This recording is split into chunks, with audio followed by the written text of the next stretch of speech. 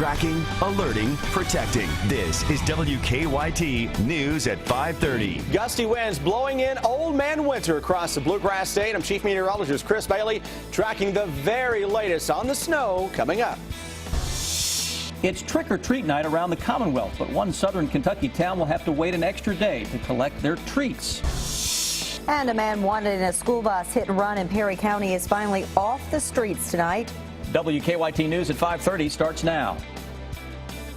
Good evening. Believe it or not, it is the end of October, but if you were outside today, it really felt more like the end of November. Yeah, and we are seeing a big drop in temperatures with some wind and some possible snow on the way. Chief Meteorologist Chris Bailey has the details for you on this first alert severe weather day. Yeah, guys, getting a lot of reports of a little sleet and wet snow trying to mix in with the rain into central and western parts of the area. Lexington, the Mesonet site, down to 37 degrees right now with a little heavier band of precipitation. And yes, my Twitter feed has been blowing up with a couple of those sleet and wet snowflake reports coming in from Lexington. Upper 30s for both Frankfort and Covington. Jackson at 44. You're going to say goodbye to that in a hurry as we go through the next little bit. Winds are very gusty out there too. Feels like it's into the upper 20s to low 30s right now as the little ones get ready to head out and make their rounds for trick-or-treating throughout the land. So that is down into the category where the little ones really have got to bundle up. Now, the actual cold front is off to our southeast. Those winds have gusted to around 35, 37 miles per hour so far this afternoon over the past few hours. Temperatures dropping into the upper 30s right behind that front with a touch of some sleet and snow trying to mix in. Front is now clearing Moorhead, Campton, down into the Big Sandy Valley, and points southeast toward Hazard. You are next for that front to slam its way through there with a big blast of wind. It's introducing itself.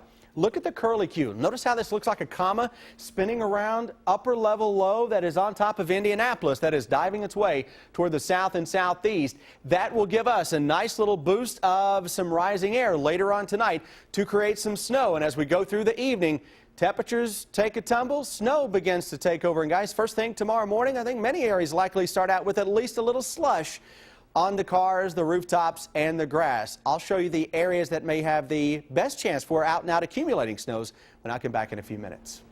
We are tracking a breaking news alert out of Lexington right now. Police are on the scene of a suspected bank robbery. We have a live picture from the scene at the Chase Bank on Clays Mill Road, and as you can see, there are some police officers still on the scene at the bank investigating. We have not heard of any arrests at this time. We do have a news crew at the scene, and we'll bring you the latest coming up on WKYT at 6 o'clock. Wet roads early this morning in Laurel County are being blamed for a deadly crash on Kentucky 770. Deputies say a car heading east went out of control and hit a minivan. The minivan was knocked off the road and into a rock cliff. The driver of the car, 32-year-old Eric Grubb, was killed. The driver of the minivan and her two passengers, who were children, were taken to the hospital with non-life-threatening injuries. Well, here in central Kentucky, many trick-or-treaters are getting ready to hit the streets despite the bad weather. But the Halloween tradition won't take place in one southeastern Kentucky town tonight. Williamsburg decided to move their trick-or-treat to tomorrow because of what the mayor calls safety issues brought on by traffic. And as WKYT's Phil Pendleton found out, the move has some believing their yearly tradition just won't be the same. It's our top story at 5:30.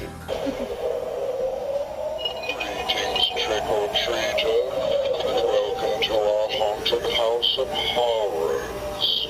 The house at 127 Cemetery Street is quite popular on Old Hallows Eve, a tradition started by Mary Edwards' father. My daddy loved Halloween. He loved to give out candy to the trick-or-treaters. But this year, that tradition will be moved ahead one day to Saturday, November 1st, not October 31st.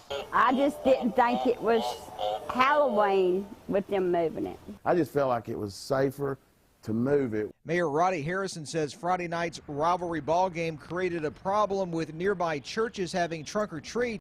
Churches with parking lots will be filled with football fans' cars. So there's a lot of children that'll run from one church to another church to another church. The mayor says the weather really didn't have anything to do with this plan as it was made some time ago, but he tells me based on what the forecast is calling for tonight, It's a decision that he's glad he made. But not everyone agrees. And they told me I was being silly. He's received a lot of, well, hate mail over it.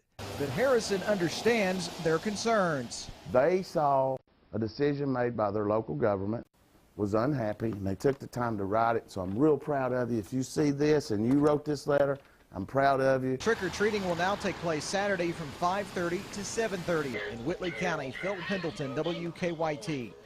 The mayor says the city usually blocks off streets for some of the Halloween activities, which would create more problems for the ball game traffic. The search is over for a man wanted for a hit and run involving a school bus in Perry County that we told you about earlier this week. At first, law enforcement believed that Gary Daniels was somewhere in Clay County, but then a Perry County Sheriff's deputy spotted him about 7 this morning in Chavies. The officer tried to pull Daniels over, but they say Daniels took off in the car, leading deputies on a more than 10-mile chase into Buckhorn before running away. The officer had to tackle him several times, and they went through a creek into a bottom and to a river, and ended up catching him. In Perry County, Daniels faces fleeing and evading, wanton endangerment, reckless driving, and other charges. He was taken to the the Kentucky River Regional Jail in Perry County, but we're told he'll be moved to Clay County, where he faces even more serious charges. 3 people, including a woman 9 months pregnant, escaped from a house fire this morning. Our county-by-county coverage at 5:30 begins in Knott County. It happened in the Feisty community of Knott County. Joseph Oliver says he turned on a space heater before he got in the shower, and when he got out 10 minutes later, the house was on fire. Oliver says he grabbed his pregnant daughter and her husband and ran outside. We have to start all back over. We've lost everything. No one was hurt, but the house was destroyed. In Warren County, a house fire kills a Western Kentucky University student and injures another man. 20-year-old Tyler English of Louisville died this morning in an off-campus home in downtown Bowling Green. Firefighters say one of English's roommates was taken to the hospital, but the extent of his injuries are unknown. Firefighters aren't sure what started that fire. And in Nelson County, a former accountant and his wife have pled guilty to charges they took more than $1 million from the oldest operating monastery in the country. Police say John Hutchins started diverting money from an account at the Abbey of Gethsemane in 2008. In agreement with the Commonwealth, Hutchins pled guilty to multiple counts of theft. Agreed to 20 years in prison. He'll be sentenced in December. His wife, Carrie, was sentenced to a year in prison, but she was conditionally discharged. Both were ordered to pay back $600,000 in restitution. Think about it. How much did you spend on Halloween this year, from costumes to decorations, even for the pets? It is big business. Our good question on this wet, cold Halloween on this Friday: how does Halloween rank when it comes to spending? The National Retail Federation estimates Americans will spend almost $7.5 billion, that's with a B, on all things Halloween this year. Candy makes up at least $2 billion of that. Costumes for our pets, $350 million. And decorations plus cards fill out the rest of all that spending. Now, if $7 billion sounds like a lot to you, hold on to your ghosts and goblins. It does not even put Halloween in the top 5 in holiday spending. Mother's Day and Valentine's Day each double the spending on Halloween. And if you have a good question, go to WKYT.com.